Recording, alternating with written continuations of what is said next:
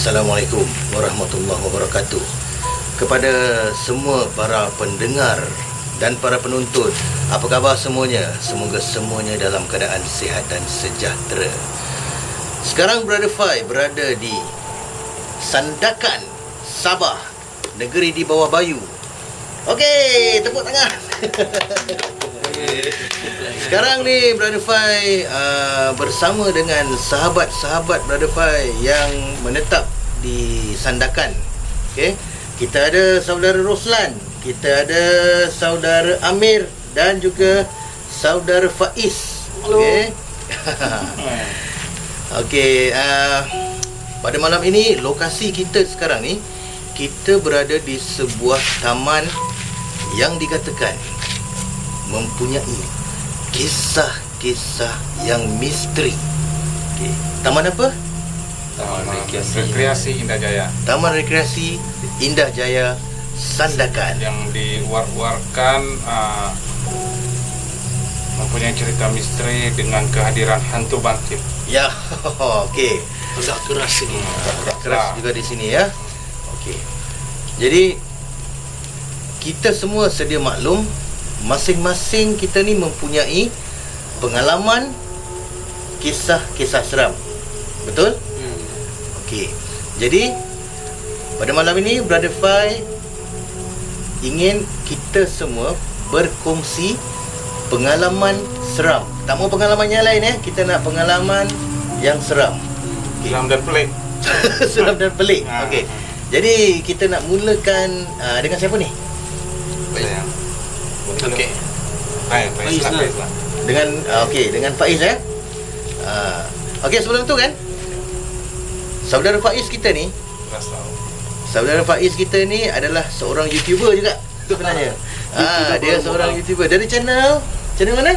World TV X. World TV X. Subscribe tolong support. Brother Fai pun support dia ni. Okey. Faiz, anda mempunyai pengalaman seram?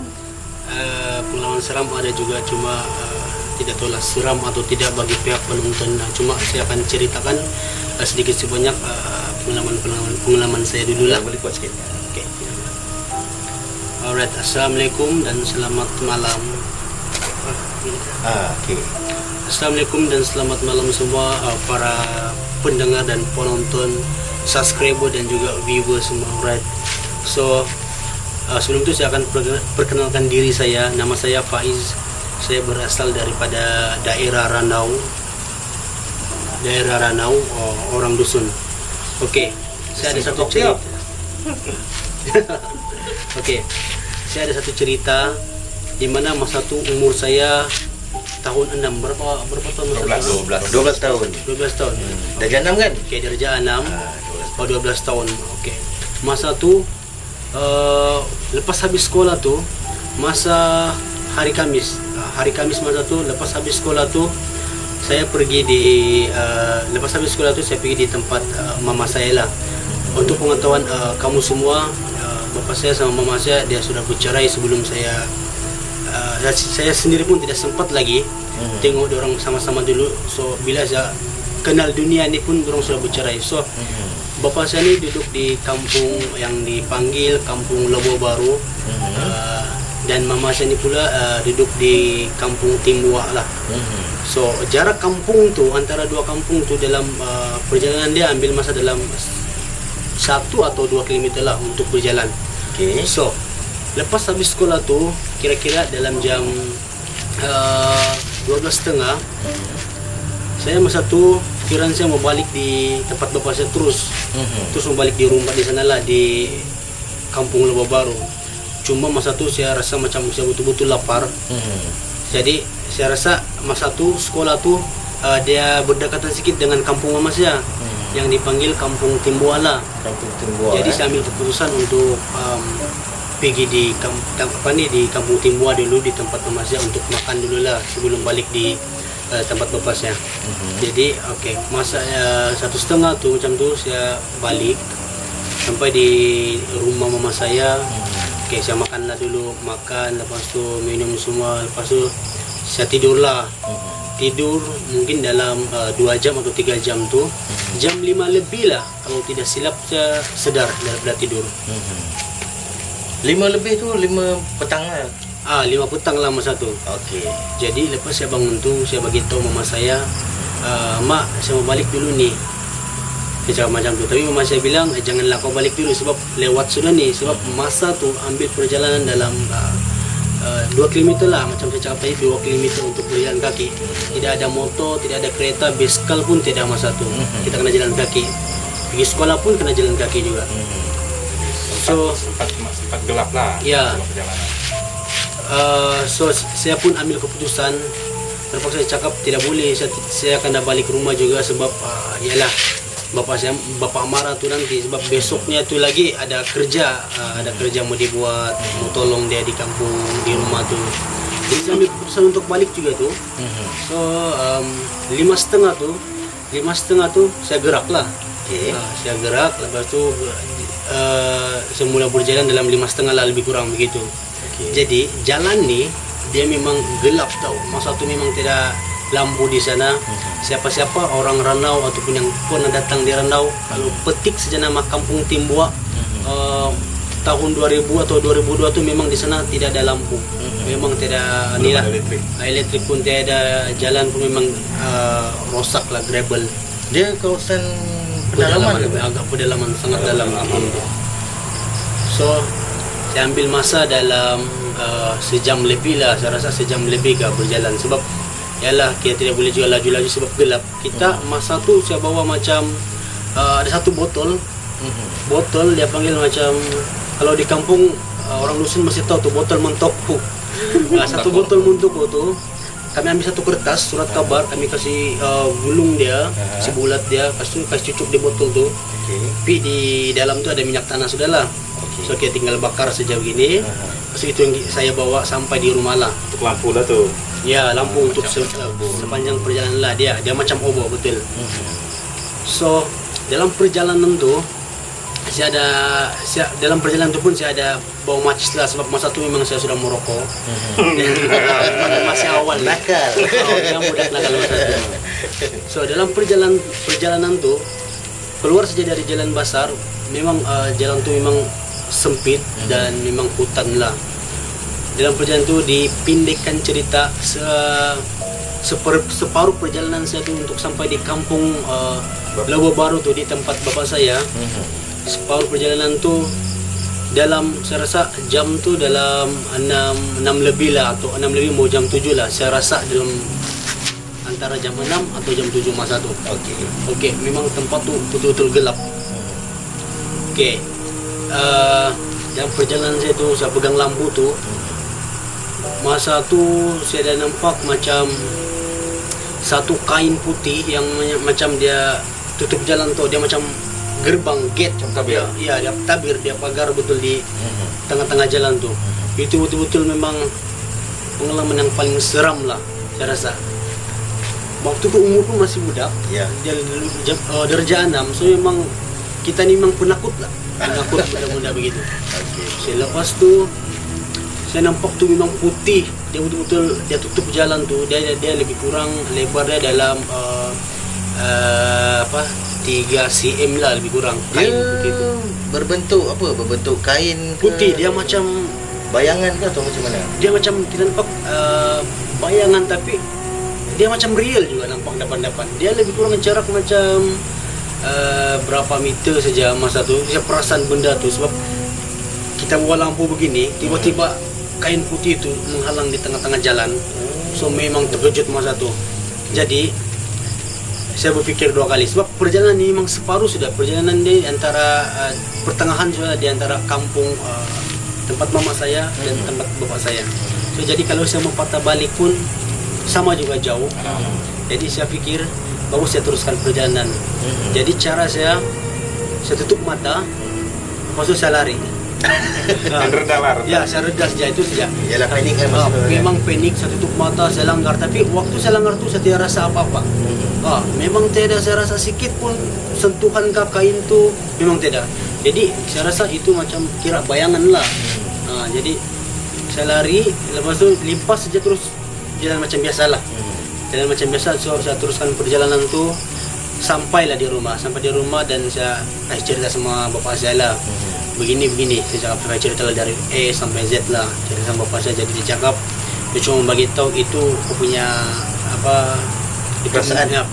perasaan dan imajinasi kau saja, sebab kau berjalan dalam keadaan yang gelap dan memang takut lagi masa tu. Jadi iyalah betul, memang macam-macam yang kita akan fikir dalam pikiran kita, tapi benda tu saya rasa bila umur-umur yang macam sekarang sudah kan kita boleh fikir yang benda tu cuma lah imajinasi, lahir daripada rasa takut kita lah. Sebab jalan tu memang gelap juga kan, so memang wajib lah semua orang pun akan takut. Tipu lah kalau tidak takut sebab gelap. Lagi-lagi kita bawa lampu botol saja, satu orang saja umur pun masa tu darjah 6, siapa tidak takut? Ya, betul. Nah, jadi sampai sekarang saya masih berpikir yang saya memang tanya lagi lah apa sebenarnya benda tu. Tapi kalau ikut apa yang bapak saya cakap itu cuma imajinasi, jadi saya pun pikir iyalah mungkin imajinasi saja, cuma memang itu benda yang memang saya nampak memang real, betul-betul terjadi di depan mata saya. Dan saya pun tidak tahu dari mana rasa berani saya tu yang saya boleh langgar tu benda tu. Dan memang saya rasa memang tidak ada pun sentuhan sikit pun tidak ada. Tapi tidak tahu lah, mungkin kalau saya buka mata, tapi masa tu saya langgar tu memang saya tutup mata lah. Jadi terus pecut, limpas sejak kain tu yang saya nampak tu terus berjalan dengan macam biasa lah, saya berjalan dengan biasa. So sampai di rumah, lepas tu kan cerita sama beliau, lepas tu tidur itu saja. Takut sudah, memang takut sudah. So bagi kamu yang di luar sana mungkin ada yang cakap ini rekayasa saja ataupun hanya rekaan saja, tu kamu silap lah. Mungkin kamu boleh cakap macam itu sebab kamu tidak pernah mengalami. Coba kamu nanti kamu akan mengalami benda begini, baru kamu tahu sama ada ini hanya sekadar cerita ataupun betul-betul begitu. Jadi saya rasa itu saja ya cerita seram yang saya saya boleh kongsikan dan ceritakanlah. So ya itu saja, terima kasih. Okey, terima kasih saudara Faiz kita. Okey, kita for the next untuk siapa pula? Amir. Okey, Amir, apa khabar Amir? Ya, alhamdulillah. Alhamdulillah. Okey, Amir. Amir boleh tak kongsikan pengalaman seram Amir? Tak kira lah masa tu Amir umur berapa ke, yang dulu-dulu pun tak apa, yang terbaru pun okey. Kalau ada pengalaman yang seram, okey Amir, silakan Amir. Assalamualaikum kepada pendengar. Cerita serang saya ni mungkin ada 2-3 cerita lah. Amir boleh cakap buat sikit untuk ni video. Tapi benda pun saya tak pasti seram bagi saya, tapi mungkin tak seram bagi pendengar. Ceritanya ada 2 cerita di Genting Highland, di apartmen Ria. Apartmen Ria Genting Highland. Ya. Masa tu saya bekerja di Genting Highland. Dan saya diberi rumah sewa di apartmen Ria tu. Tahun bila tu Amir? Dalam 2012. 2012. Dan tahun 2012. Asal Terengganu. Oh, Amir asal daripada Terengganu jadi menetap di Sandakan lah. Menetap di Sandakan. Sebagai anak perantau ni memang banyak negeri lah merantau. Jadi okay, Amir, masa malam tu memang member lain shift petang. Jadi yang kami shift pagi ni memang di rumah lah. Masa tu tengah sembang, masa tu 2 orang je dengan member. Tengah baring-baring ambil mood nak tidur. Okey. Tiba-tiba ada satu, kita rasa di leher ada macam satu rambut yang kasar. Kalau senang macam untuk kita fikir macam rambut orang, rambut pendek, rambut botak, gesek di leher kita ni. Allahu Akbar. Bila dia gesek je di leher tu sampai di dada, terus dia tekan sampai kita tidak dapat bergerak, tak dapat bernafas. Jadi masa tu keluarlah semua ayat-ayat kursi pun tunggang langgang, selawat semua tu untuk lepaskan diri. Sambil-sambil meronta tu, member pun selak tirai katil tu.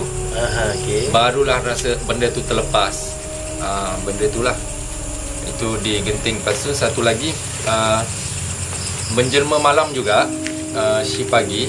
Menjelma malam Ya, menjelma malam, shift pagi balik petang. Jadi letih badan, rehatlah 1 jam 2 jam kan, tidur.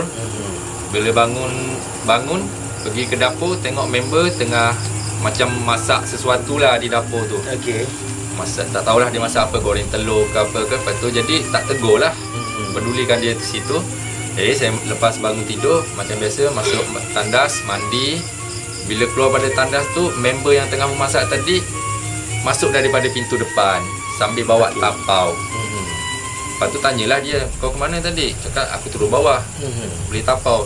Jadi kita terfikirlah siapa yang tengah memasak di dapur tu. Alamak. Tapi masa kita sendiri, masa tengok dia memasak tu, memang tak ada perasaan seram ke takut tu, memang tidak ada lah. Dia kira dia menyerupai. Macam itu lebih kurang. Macam tu. Begitu. Itu kes terjadi 2 kali lah terjadi di Genting Highland. Satu lagi terjadi di Sanakan lah, masa ada ikut aktiviti paranormal dengan Abang Fai juga, dengan bau harum Di lokasi, di lokasi kena ceritakan. tanah perkuburan di area apa? Kira-kira. Agnes Gate. Agnes Gate House. Ya, area situ perkuburan Cina, Kristian, Jepun sama India, sama Hindu. Okey, tapi masa tu kita punya target tu kita nak pergi ke Kita target untuk pergi untuk kubur Jepun explore ke kubur Jepun tu. Tapi jadi, kita kena melalui kubur Cina dan kubur Kristian. dan Hindu lah. Ya. So apa pengalaman Amir masa tu, boleh ceritakan? Pengalaman masa tu ada perasaan betul-betul takut lah, sampai bergoyang juga lutut. Pasal benda tu kita tak pernah hidu kan. Jadi Sampai benda keluar juga lah benda tu real lah, berbau tu. Itu Dia lah. bau wangi, bau bunga kan. Bau bunga betul lah. Wangi tu memang semebak bau wangi betul. Jadi sampai di situ sikit lah cerita seramnya. Okey Amir, terima kasih banyak Amir. Okey, saudara Roslan. Okey. Sekarang kita nak dengar pula cerita awak. Boleh. Cerita pengalaman seram anda. Silakan saudara Roslan. Assalamualaikum dan selamat malam kepada pendengar-pendengar dan penonton Brother Fai dan PN. Malam Bukan Brother Fai dan PN, The Hunting Crew dan PN. Dah Hunting Crew dan PN. Nanti The Hunting Crew marah. Marah kan? Sorry. Apa yang saya ingin kongsi. Sebelum tu saya buat pengenalan dulu. Nama saya Roslan. Berasal daripada Sendakan. Dan berasal sebetulnya dari kampung Bukit Garam Sendakan. Sanakan ke Kinabatangan? Kinabatangan Sendakan. Oh, Kinabatangan Sanakan. Sendakan, Kinabatangan Sendakan. Di kampung Bukit Garam. Okey, silakan Roslan. Apa yang saya ingin kongsikan nih, saya pun sebetulnya ada cerita yang kena tindih nih, tapi saudara Amir sudah kongsikan pengalaman dia, jadi apa yang saya mau kongsikan satu cerita yang seram tak seram, cuma lebih kepada pelik lah. Okey. Pelik. Cerita nih, kisah nih berlaku di kampung pada tahun tak ingat, sebab waktu itu saya masih kecil lah. Tapi ingatan sudah jelas lah waktu itu. Sudah jelas. Untuk pengetahuan semua, di kampung nih, rumah kami ini terletak di atas bukit, agak terpencil, agak jauh daripada penempatan kampung yang padat di bawah bukit itu. Di atas bukit itu cuma ada 2 buah rumah, satu rumah kami dan satu rumah keluarga juga lah, pakcik. Nah itu pun ada jarak dalam 50 meter lah dari rumah satu ke rumah satu. Dan untuk pengetahuan juga, di rumah kami itu yang tinggal waktu itu cuma saya yang umur mungkin dalam 8 ke 9 tahun lah macam tuh. Saya pun ingat-ingat umur Roslan masa tu 8 ke 9 tahun. 8-9 tahun, tapi boleh ingat dengan jelas sudahlah kejadian tuh. Okey. Arwah mak dengan seorang nenek lah, nenek saya lah, yang sudah buta lah. Okey. Sudah buta. Jadi kejadian ini berlaku selepas tengah hari, kurang lebih dalam jam 2 lah, lepas makan tengah hari. Kurang dalam jam 2 lah.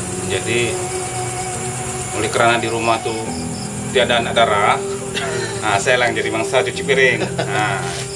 Jadi waktu saya cuci piring tuh, waktu itu hujan panas. Saya dengan aroma di dapur lah, dan dapur tuh tidak berdinding. Ya cuma rangka saja, dan di belakang tuh adalah hutan lah. Hutan. Jadi waktu cuci piring tuh, dalam waktu hujan panas tuh, tengah-tengah cuci sambil mata melilau tengok pemandangan sekeliling, hujan panas tuh. Tiba-tiba mata saya tertangkap satu objek macam cahaya lah, macam cahaya di tengah-tengah jatuhan hujan tuh. Seingat-ingat saya, dengan ingatan saya waktu itu, objek tuh berwarna kuning ke hijau-hijauan lah. Kuning ke hijau-hijauan. Kuning ke hijau-hijauan. Jadi saya heran lah, pakulah nampak benda tuh kan. Apa benda tuh, dengan budak yang belum beli mentafsir apa-apa. Ya. Saya tengok, lepas tu tidak puas hati saya pergi panggil arwah mak lah. Arwah mak. Saya tanya, "Mak, sini dulu lah," dengan bahasa slang sana lah. Bahasa macam mana, yang seperti yang kita bercakap sekarang ni kan? Iyalah, bahasa dengan slang kampung lah, slang sungai lah. Slang sungai. Okey, cantik. Cuba cakap sikit bahasa sungai. "Mak, sini dulu kau." Oh, gitu macam tu lah. "Mak, sini dulu." Terbaik. Jadi arwah bilang, "Apa? Sini dulu kau." "Kenapa?" "Sini dulu." Jadi arwah pun mendekat lah. Mendekat, saya tunjuk, "Itu apa?" Saya tunjuk benda tu lah yang saya nampak tu, objek yang saya nampak. "Itu apa?" Dengan serta-merta arwah mamak saya, dia tepis tangan saya. Jangan tunjuk. Dia cuma memerhati, dia bilang. Dia cuma memerhati. Jadi saya tanya, "Siapa tuh? Apa tuh?" "Apa tuh, Mak?"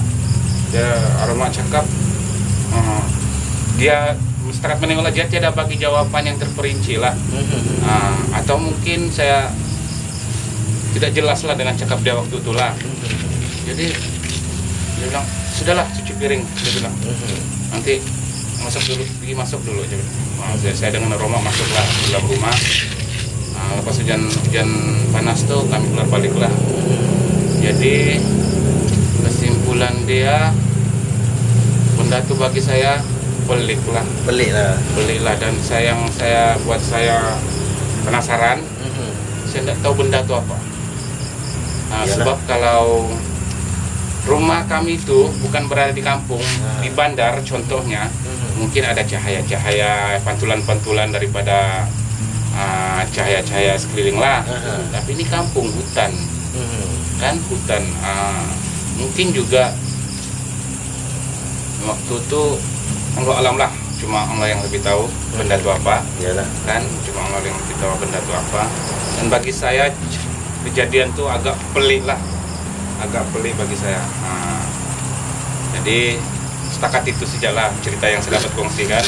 Insya Allah mudah-mudahan di masa akan datang kita akan ada santai lagi, Brother-Fai akan datang sedakan lagi. Nanti Ruslan. Tadi Ruslan mengatakan yang Ruslan pernah ada pengalaman kena tindih. Boleh tak cerita sedikit tentang yang pasal kena tindih tu? Waktu tu dia di asrama. Dia asrama. Di sekolah mana tu? Di sekolah menengah vocational Ladato. Oh, dah cerita dah. Okey. Sekolah menengah Tapi nanti kan jadi isu pula kan. Jadi saya waktu itu lepas main bola, naik dekat-dekat waktu maghrib, sudahlah memang maghrib, belum maghrib lagi, belum azan lagi, naik. Jadi malas mau turun mandi cepat sebab terlampau banyak orang pergi mandi di bawah di kola tuh. Jadi baring-baring di katil dulu lah, tengok yang separuh kawan nih katil sebelah cerita.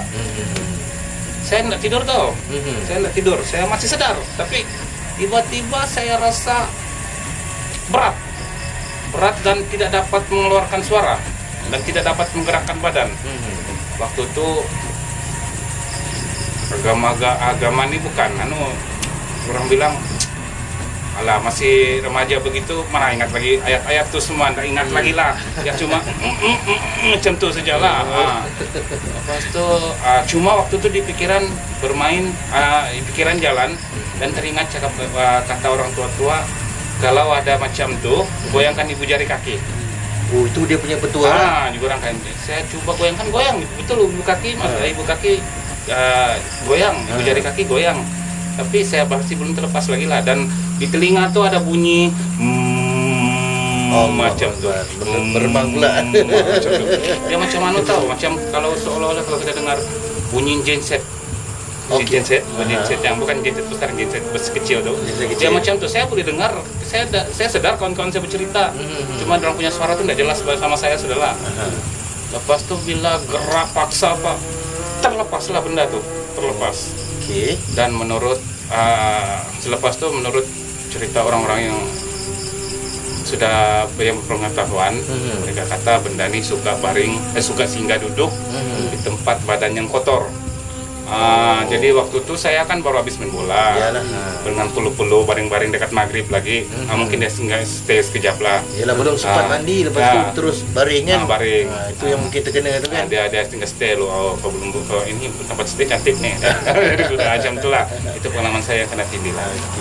Okey. Sekian itu sajalah. Okey, terima kasih ya Roslan. Okey, sekarang ni kan, korang nak dengar tak pengalaman Brother Fai? Weh, mau mesti. Mana boleh nak dengar kan. Tak adil lah kalau tak Brother adil. Fai tak bercerita juga kan. So macam ni lah pengalaman Brother Fai ni. Ini cerita ni berlaku lebih kurang dalam 6 ke 7 tahun yang lalu lah. Okey. Dah terlampau lama Masa lah. tu masih lagi melibatkan tim paranormal, tapi masa tu Brother Fai belum lagi belum tertubuhnya tim The Haunting Cruise masa tu. Adalah satu tim lain yang Brother Fai tak nak sebut lah nama tim tu lah. Kan? Masa tu kami ni ada buat satu macam gabungan daripada tim-tim banyak tim lah di area Semenanjung lah. Lokasi masa tu di Cybertel Hostel di Bangi, Selangor. Okey. Pada masa tu ada ketua penganjur tu dia nak buat satu macam uji nyali lah. Korang faham ke uji nyali macam mana kan? Okey, uji nyali. Jadi dia panggil setiap tim ni 2 orang wakil. 2 orang wakil untuk diuji nyali. Dan apabila di macam orang kata ditarik nama tu macam apa? Diundi. Apabila diundi, nama Brother Fai naik dan satu orang lagi lah kawan daripada tim Brother Fai ni, nama dia pun naik lah. So kami ni dikenakan uji nyali. Tapi pada masa tu nasib yang diorang ni semua ni agak baik lah. Sebab diorang ni ditempatkan yang berdekatan dengan apa ni pos pos tempat peserta ni berkumpul lah. Brother Fai masa tu mungkin kurang bernasib baik sebab ditempatkan di tempat yang paling hujung sekali. Bangunan yang paling hujung dan bilik yang paling hujung. Lokasi dia di mana tu? Di Bangi. Di Bangi. Dia punya bilik yang paling hujung sekali. Mula-mulanya dia letak tu bangunan yang sama lah, tapi di bilik yang terawal. Oh, bangunan ni panjang. Bangunan dia ada 7 building lah. Dia ada 7 bangunan yang telah ditinggalkan. Jadi bilik yang pertama tu masa tu dalam setengah jam Brother Fai duduk hanya berbekalkan sebatang lilin. Lepas tu masa tu walkie talkie, segala handphone, kamera kan, semua kena tarik. Dia orang tak kasi, tahu. Kena duduk dekat situ, diam-diam kat situ. Lebih kurang dalam setengah jam dia orang pun datang. Orang yang apa ni lah, yang penganjur ni lah, geng-geng penganjur ni datang. Bro, dia kata, apa kata kalau saya bawa bro bilik yang paling hujung sekali? Habis tu Brother Fai cakap, tak apalah, layan je lah kan. Layan je lah. Sebab apa? Masa tu Brother Fai punya mindset, dekat sini ada orang, dekat sini ada orang, dekat situ ada orang yang peserta uji nyali lah. So dia hantar di bilik yang paling hujung sekali. Apabila dihantar ke bilik yang paling hujung sekali, Brother Fai ditinggalkan selama 2 jam di situ.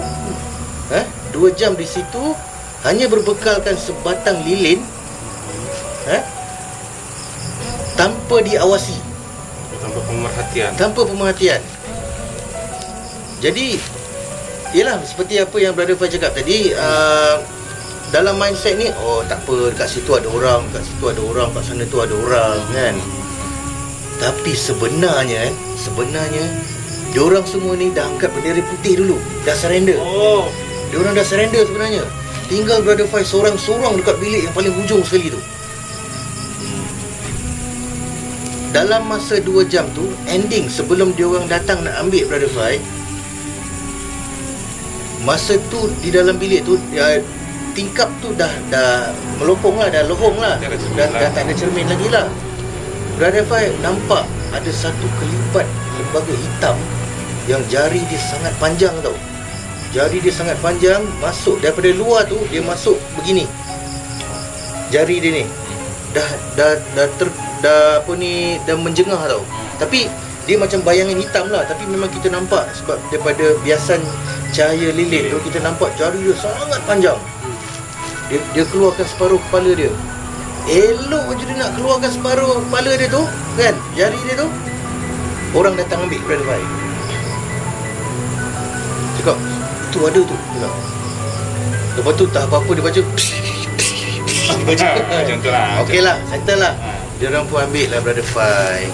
So bila dia orang dah ambil Brother Fai, so dia bawa lah keluar ke tapak perhimpunan tu.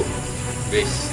Seorang peserta uji nyali, bila dia suruh baca, mengucap. Dia suruh selawat. Jadi Brother Fai ni dia suruh mengucap macam biasalah mengucap.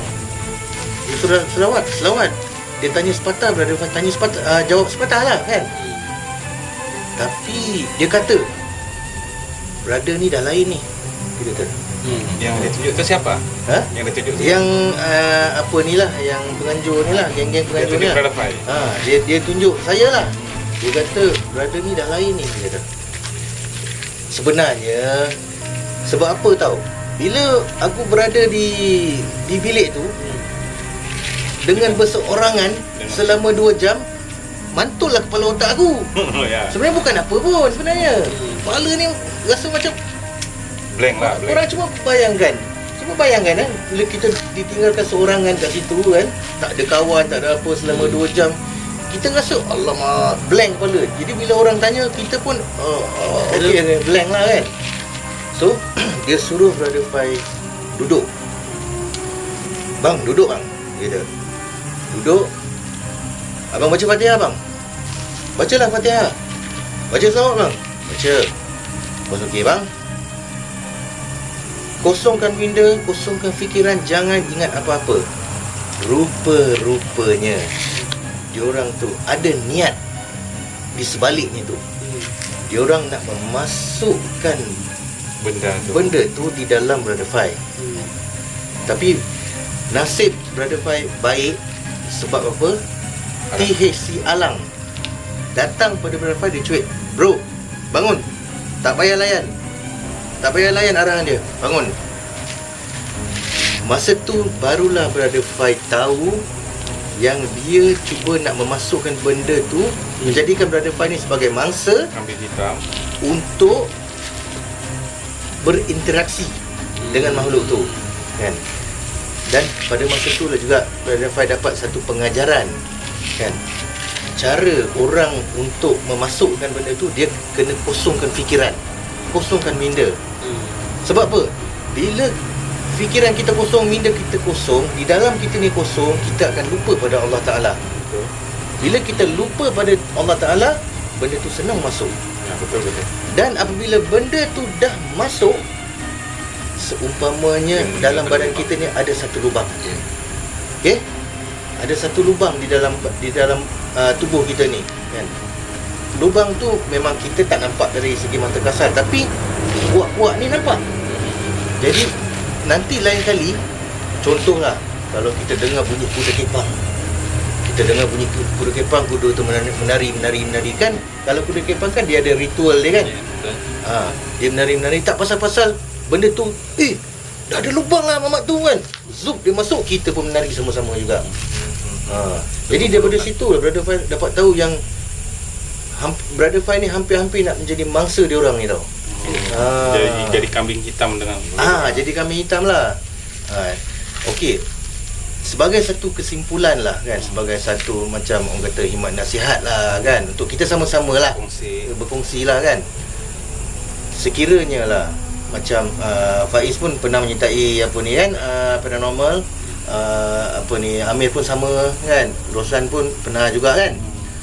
Sekiranya kalau macam kata ada gabungan tim kan, yang benda yang sama terjadi pada korang semua ni, so korang kena beringat, jangan benarkan benda tu masuk dalam badan korang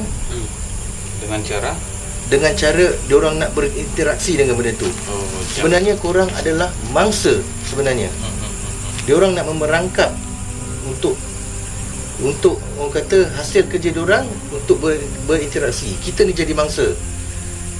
So kena ingatlah lepas ni kita sama-sama beringat supaya jangan benarkanlah. Jangan benarkan. Kalau kata kita diuji nyali, dalam kita ni kena padu, kena penuh kan, kena banyak zikrullah, kan, subhanallah, alhamdulillah, Allahu akbar kan, kena padu dalam ni. Lepas tu bila kita baca macam ayatul kursi tu, yang penghujung dia wala yaudu hifzuhuma wa huwal aliyul azim, ulang